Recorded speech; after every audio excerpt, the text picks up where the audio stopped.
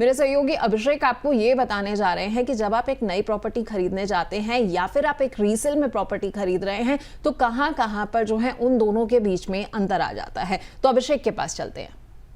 Thank you Pallavi. Property नई हो चाहे पुरानी हो, कुछ बातों का ध्यान देने की बेहद ज़रूरत है ताकि जब आप प्रॉपर्टी लें तो आपको डिसीजन मेकिंग करने में काफ़ी आसानी हो। ऐसे में कुछ बिंदु हैं जो कि हम लोग लेकर आए हैं जिस पर हम लोग डिस्कस करते हैं कि नई और पुरानी प्रॉपर्टी में क्या डिफरेंसेस होते हैं। चलिए एक एक करके उनके बारे में जानते हैं। तो अगर कीमत की बात करें तो फिर नई प्रॉपर्टी ऑब्वियसली बात है ज़्यादा कीमत होती है क्योंकि उसमें ज़्यादा इंफ्रा और ज़्यादा फैसिलिटीज़ एक तरह से उसमें होती है। पुरानी प्रॉपर्टी कंपेरेटिवली कम रेट पे आपको मिल सकती है। सेम साइज़ का अगर आप पुरानी प्रॉपर्टी लेने की कोशिश करेंगे तो आपको उसके कंपेयर में आपको कम रेट में प्रॉपर्टी मिलेगी। वहीं लोकेशन की अगर बात करें तो आप डेवलपिंग एरिया में और आउटर एरिया में एक तरह से इसको खरीद सकते हैं। वहीं पुरानी प्रॉपर्टी में अगर देखा जाए तो प्राइम और सेंट्रल लोकेशन में एक तरह से आपको पुरानी प्रॉपर्टी मिल सकती है। पोजीशन की बात करें तो अक्सर इसमें डिले भी हो जाता है। कभी कभी कई सारे आपने ऐसे केसेस देखे होंगे जहां पर बिल्डर थोड़ा सा पोजीशन में डिले कर देते हैं, लेकिन पुरानी प्रॉपर्टी में ऐसी कोई दिक्कत नहीं आती, तुरंत रहने लायक होती है। रेडी टू मूव टाइप की प्रॉपर्टी होती है तो उसमें ऐसी कोई दिक्कत नहीं आती है, पोजीशन तुरंत आपको मिल सकता है। वहीं लीगैलिटी की अगर बात करें तो जोखिम इसमें एक तरह से कम होता है, खास तौर पर रेरा अप्रूव्ड अगर ये हो तो।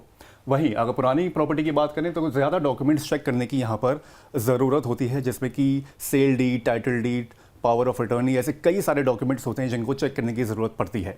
वहीं फाइनेंसिंग की अगर बात करें तो फिर नई प्रॉपर्टी में वो काफ़ी आसान होता है और बिल्डर यहाँ पर करार करता है, यानी कि एक तरह से वो खुद यहाँ पर रोल प्ले करता है और आपको फाइनेंस करवा के प्रॉपर्टी देता है। वहीं पुरानी प्रॉपर्टी की अगर बात करें तो पूरी जो बैंक जो होता है वो पूरी एक तरह से उसमें जांच पड़ताल करता है, उसके बाद ही आपको फाइनेंस करने के लिए वो जो फैसिलिटी होती है वो एक तरह से उसमें देता है।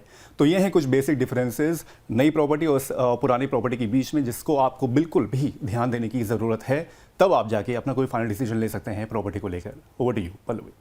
तो बहुत बहुत शुक्रिया अभिषेक, आपने हमें जो है बहुत अच्छे से ये समझा दिया है कि नई प्रॉपर्टी और पुरानी प्रॉपर्टी अगर कोई व्यक्ति खरीदने जा रहा है तो कहां पर जो है वो अंतर आ जाता है। खैर वापस अपनी चर्चा को आगे बढ़ाते हैं, सुरेंद्र जी के पास चलते हैं। सुरेंद्र जी, पुरानी प्रॉपर्टी की वैल्यूएशन जो है वो की कैसे जाती है, इसका सही तरीका कैसे होता है? क्योंकि रीसेल में हम कई बार अंदाजा नहीं लगा पाते हैं कि आखिरकार प्रॉपर्टी की वैल्यूएशन हम निकालें कैसे।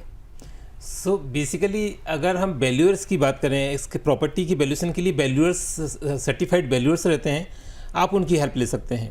तो वो भी दो तरीके से प्रॉपर्टी की वैल्यूएशन करते हैं। एक तो वहाँ का जो भी सरकारी रेट है जिसको हम सर्कल रेट बोलते हैं, उसके लिहाज से वो वैल्यूएशन करते हैं कि ये सरकार के हिसाब से इस प्रॉपर्टी कॉस्ट इतनी आती है। यूजुअली वो मार्केट के इक्विवेलेंट नहीं होती है क्योंकि मार्केट वेरी करता रहता है, जबकि सरकारी रेट साल में एक बार वेरी करते हैं, साल में एक बार चेंज होते हैं, 2 साल में एक बार चेंज होते हैं। तो फिर कैसे करते हैं कि जो भी आसपास कंसल्टेंट हैं, प्रॉपर्टी कंसल्टेंट हैं जो कि उस तरह की प्रॉपर्टी को हैंडल करते हैं जी, 4-6 लोगों से वो प्रॉपर्टी की प्राइसिंग लेते हैं, कभी बायर बन के या कभी सेलर बन के। क्योंकि जब आप बायर बनते हैं किसी प्रॉपर्टी का तो आपको हल्का सा मार्केट के, मान लीजिए 100 रुपये का रेट है तो आपको 102 रुपये या 103 रुपये कोट होंगे, क्योंकि शायद ये मान के चलते कि बायर जो है थोड़ा सा डिस्काउंट करेगा, नेगोशिएट होगा। और अगर आप सेलर हैं तो आपको 97-98 के आसपास की कॉस्ट मिलेगी, ताकि आपको भी नेगोशिएशन की एक लिमिट रहे, मिल जाए, ताकि आपको जो भी एक्सपेक्टेड बताया है उससे थोड़ा सा ज़्यादा मिल पाए। तो वो जब 2-3 तरीके से आप वैल्यूएशन लेते हैं तो फिर उसका मीन निकाल के आप अपनी वैल्यूएशन कर सकते हैं कि हमारी प्रॉपर्टी की वैल्यूएशन क्या है। यही एक तरीका है। ठीक है, तो अगर आप भी इस तरीके से जानना चाहते हैं कि भाई आपने कोई रीजनल में प्रॉपर्टी लेनी है तो उस एरिया में जाइए, वहाँ पे जो भी प्रॉपर्टी कंसल्टेंट है, 3-4 कंसल्टेंट से जो है आप एक जाकर रेट पता कर सकते हैं। जैसा कि सुरेंद्र जी ने बताया, बहुत ही सिंपल तरीका है, बड़ा ही अच्छा और एक ऐसा तरीका है जिससे हर व्यक्ति बड़ी आसानी से कर सकता है। तो आपको क्या करना है कि सिंपल तरीके से जाना है और वहाँ जाकर उनसे एज अ बायर भी कुछ रेट ले लीजिए सिमिलर प्रॉपर्टीज के, और एज अ सेलर भी ले लीजिए। तो आपको बस एक जो है एवरेज निकाल के पता लग जाएगा कि उस प्रॉपर्टी का वहाँ पर क्या रेट चल रहा है। लेकिन